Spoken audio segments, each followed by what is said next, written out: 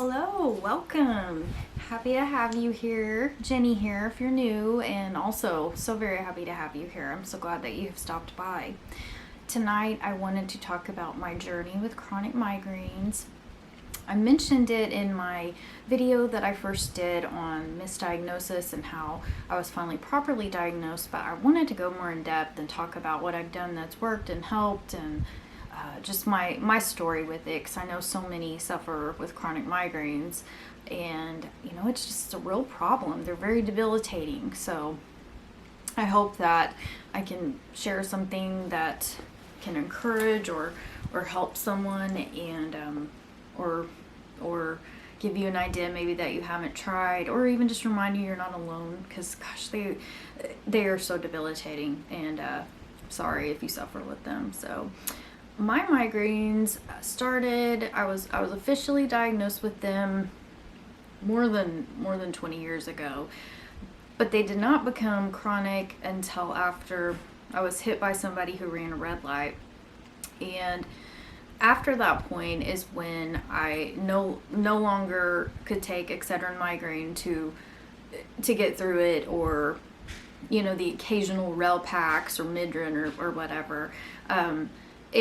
So after that, they became more debilitating, and they just continued to become more debilitating. So we tried, and now so chronic, as you know, more than 15 a month. Up to that point, we tried all the conservative measures available. So all of the medications available, and I'll list them all below just in case you're curious, but I won't name them off here because it would take forever.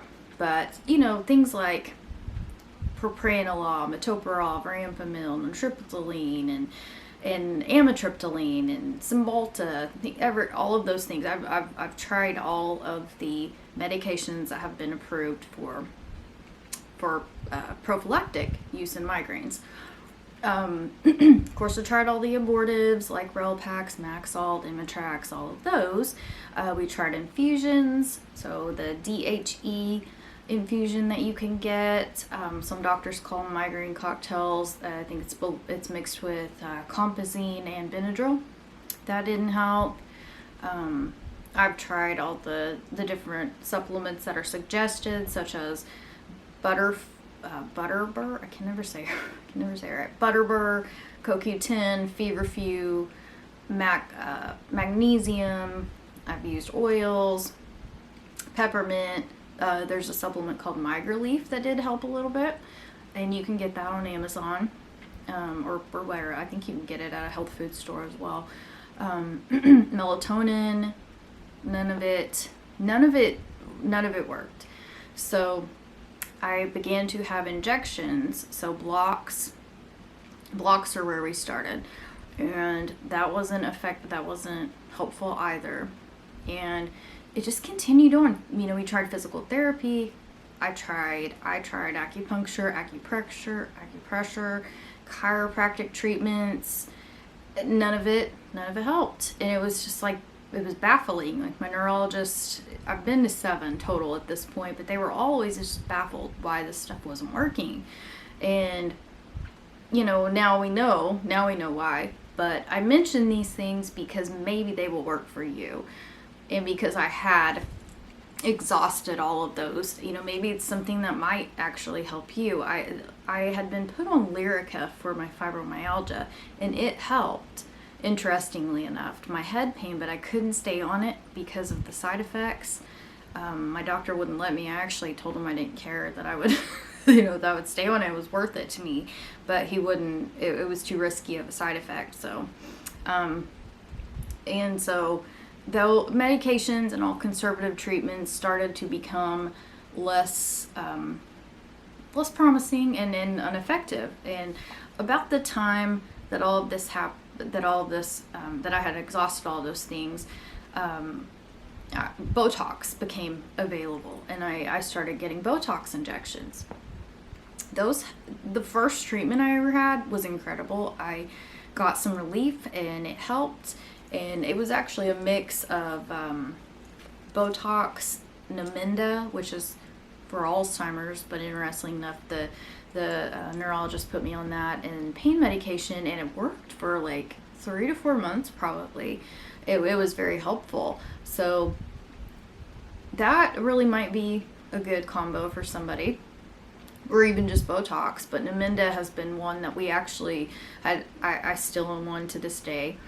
And then so fast forward a little bit, and nothing's working. I had to quit work again, or not again, but I had to quit work. I was having a very hard time functioning because nothing was helping. There was something called the Omega procedure that came out, and what it is a neurostimulator. I'm gonna have to, forgive me, I'm gonna have to refer to my notes because I cannot remember it all, and I want to give you the correct information. But it's a surgical procedure. It can be useful in the treatment of chronic and severe headache disorders such as chronic migraines. It can be used for occipital nerve pain, so occipital neuralgia, but also the supraorbital pain that you get with migraines.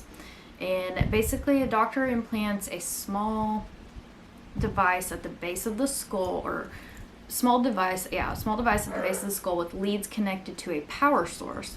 The power source is in my upper chest, and I'll try to show you. I don't know if it'll be able to see it, but you can kind of see the outline.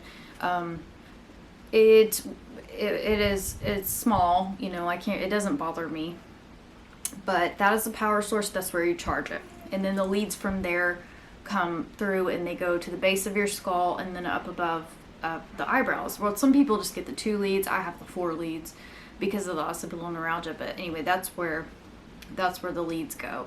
The pulse generator is often implanted under the collarbone, like I said, but it can be implanted also in the abdominal area or in the upper buttock area, and that's actually where my first implant was, but I had to have that one removed because the leads migrated. The risks associated with nerve stimulation include the possible need for revision, like I had, and as well an infection, pain, muscle spasms. So, good to know. I don't know I want to do more research. To see like how many people have had benefit from this. But the last I checked, I was in a few support groups, and it was sort of split down the middle. Truthfully, it seemed like there were a lot of people like me that it stopped helping, because after my leads migrated and I got the revision, it didn't get as much help as I did with the first 6 months of the first implant. And I don't know if that's because my nerves became used to it or what, but it seemed like a lot of people had that experience. I'm not poo-pooing on it in any way. I just wanted to be open about my experience, because it may be a life changer for you or for somebody you know. So I wanted to mention it because I feel like the very fact that it helped for 6 months to me was huge, because I think any amount of time of relief is worth mentioning. So 6 months for me, going from constant head pain to some relief, was just everything. So I wanted to mention that. The next thing that I tried that it didn't help, it helped like at the first day, I'll say that. The way the physician described it to me, though, is it is most helpful if you're actually having a migraine. Sorry, I've got to readjust because of my back, but and I wasn't having a migraine that day. But it's called a SPG block, and migraine, again, I've got to refer to my notes, I'm sorry. People who suffer with cluster headaches and migraines may find relief from pain with the help of this procedure. They use lidocaine. What they do is they insert a spaghetti-sized catheter through the nasal passages and administer 4% lidocaine to the sphenopalatine ganglion. It is a nerve bundle just behind the nose associated with migraines. The procedure is assisted with fluoroscopy. It's a type of imaging. Administration of the lidocaine to the SPG acts as a reset button for the brain's migraine circuitry. When the initial numbing of the lidocaine wears off, the migraine trigger seems to no longer have the maximum effect that it once did. Some patients have reported immediate relief and are making fewer trips to the hospital for emergency headache medicine, this Dr. Mendato wrote. So I wanted to mention that because it seems like a very promising possibility for some. And, you know, for me, I wonder, I mean, I think that it wasn't helpful because, or as helpful as it could have been, because my issues are structural. They're triggered by more structural things. But for somebody else, it might be a great option, and that's why I wanted to mention it. But I've also done hormone, had my hormones balanced to see if that would help, and that didn't really help. But again, for some, you know, migraines, a lot of migraines are triggered by hormonal fluctuations. So that might be just, you know, perfect. I've been on progesterone, estrogen, testosterone, and DHEA. So that might be something to look into. And then I've also had two different extensive tests run to see, to identify all of my sensitivities, all of my allergens. I've had the ALCAT and the Zytoscan. They revealed multiple chemical, food, and lots of sensitivity. So I avoid those. And I've done elimination diets and you name it, I've probably done it unless there's something new out. My neurologist is a headache specialist though, and she's very good about staying up to date on the science, so I trust her with that. Currently, I am on an injection. I was on Aimovig. It's a CGRP monoclonal antibody. Is that right? And you take it once a month. It's an injection. It's supposed to decrease the frequency. It helped for the frequency of migraines. It helped for the first few months, but we just had to switch me to something called Injovi, so I will update about that to see if it helps, because I'm still getting chronic migraines in addition to all my other stuff. So, yeah, I just wanted to share my experience and, I don't know, mention what I've tried in case it's helpful for someone else. And everybody's different, so different things work for different people. So I'm going to list this below so that you can reference it. And again, if you have any questions, I'm happy to answer them. But yeah, or if you have something that I haven't mentioned that's helped, please list it below, because it could help someone else. It could help me, and I would really appreciate it. But I appreciate you so much being here, and I just hope that if something helped you, that you'll hit the like. Give me a thumbs up, and don't forget to hit the notification bell so you're notified the next time that I upload. And I just hope that you have a good weekend. Bye.